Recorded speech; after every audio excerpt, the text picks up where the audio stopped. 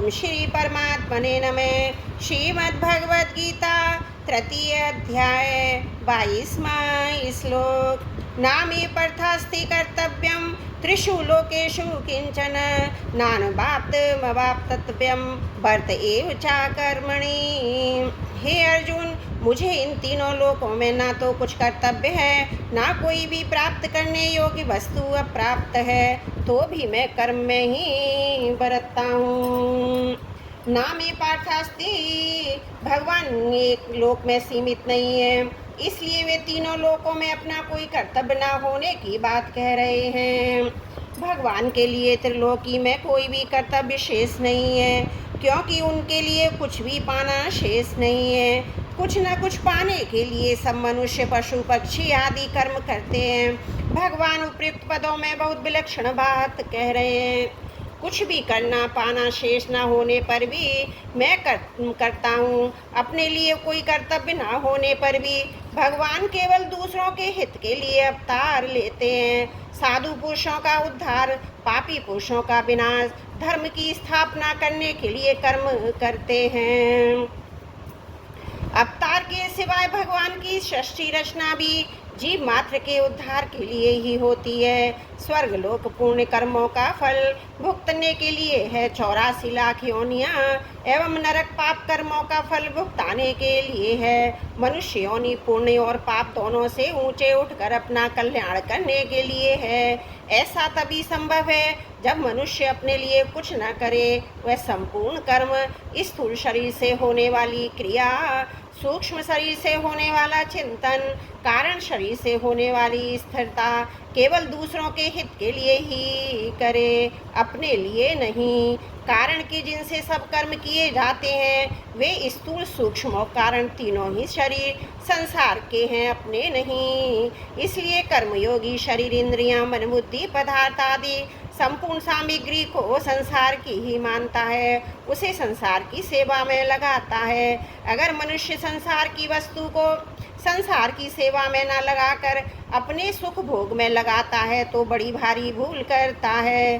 संसार की वस्तु को अपनी मान लेने से ही फल की इच्छा होती है, फल प्राप्ति के लिए कर्म होता है। इस तरह जब तक मनुष्य कुछ पाने की इच्छा से कर्म करता है तब तक उसके लिए कर्तव्य अर्थात करना शेष रहता है। गंभीरता पूर्वक विचार किया जाए तो मालूम होता है कि मनुष्य मात्र का अपने लिए कोई कर्तव्य है ही नहीं। कारण की प्रापणीय वस्तु परमात्म तत्व नित्य प्राप्त है, स्वयं स्वरूप भी नित्य है, जबकि कर्म और कर्मफल अनित्य है, अर्थात उत्पन्न एवं नष्ट होने वाला है। अनित्य का संबंध नित्य के साथ हो ही कैसे सकता है। कर्म का संबंध पर शरीर संसार से है, स्वयं से नहीं। कर्म सदैव पर के द्वारा पर के लिए ही होता है, इसलिए अपने लिए कुछ करना ही नहीं। जब मनुष्य मात्र के लिए कोई कर्तव्य नहीं, तब भगवान के लिए कोई कर्तव्य हो ही कैसे सकता है। कर्मयोग से सिद्ध हुए महापुरुष के लिए भगवान ने इसी अध्याय के 70वें 18वें श्लोकों में कहा है, वर्त एव चा कर्मणि। यहाँ एक पद से भगवान का तात्पर्य कि मैं उत्साह और तत्परता से आलस्य रहित होकर सावधानी पूर्वक सांगोपांग कर्तव्य कर्मों को ही करता हूँ। कर्मों का ना त्याग करता हूँ ना उपेक्षा। जैसे इंजन के पहियों के चलने से इंजन से जुड़े हुए डिब्बे भी चलते रहते हैं, ऐसे ही भगवान और संत महापुरुष जिनमें करने और पाने की इच्छा नहीं है, इंजन के समान कर्तव्य कर्म करते हैं, जिससे अन्य मनुष्य भी उन्हीं का अनुसरण करते हैं। अन्य मनुष्यों में करने और पाने की इच्छा रहती है। ये इच्छाएं निष्काम भाव पूर्वक कर्तव्य कर्म करने से ही दूर होती हैं। यदि भगवान और संत महापुरुष कर्तव्य कर्म ना करें तो दूसरे मनुष्य भी कर्तव्य कर्म नहीं करेंगे, जिससे उनमें प्रमाद आलस्य आ जाएगा और वे कर्तव्य करने लग जाएंगे। फिर उन मनुष्यों की इच्छाएं कैसे मिटेंगी। इसलिए संपूर्ण मनुष्यों के हित के लिए भगवान संत महापुरुषों के द्वारा स्वाभाविक ही कर्तव्य कर्म होते हैं। भगवान सदैव कर्तव्य परायण रहते हैं, कभी कर्तव्यच्युत नहीं होते। अतः भगवत परायण साधक को भी कभी कर्तव्यच्युत नहीं होना चाहिए।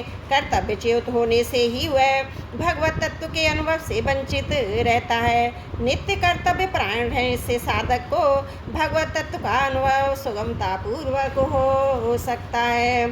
त्रुटियों के लिए क्षमा प्रार्थी हूँ। 22वां श्लोक समाप्त। वसुदेव सुतं देवं कंस चारुण मर्दनम देवकी परमानंदम कृष्णं वंदे जगद्गुरुम्।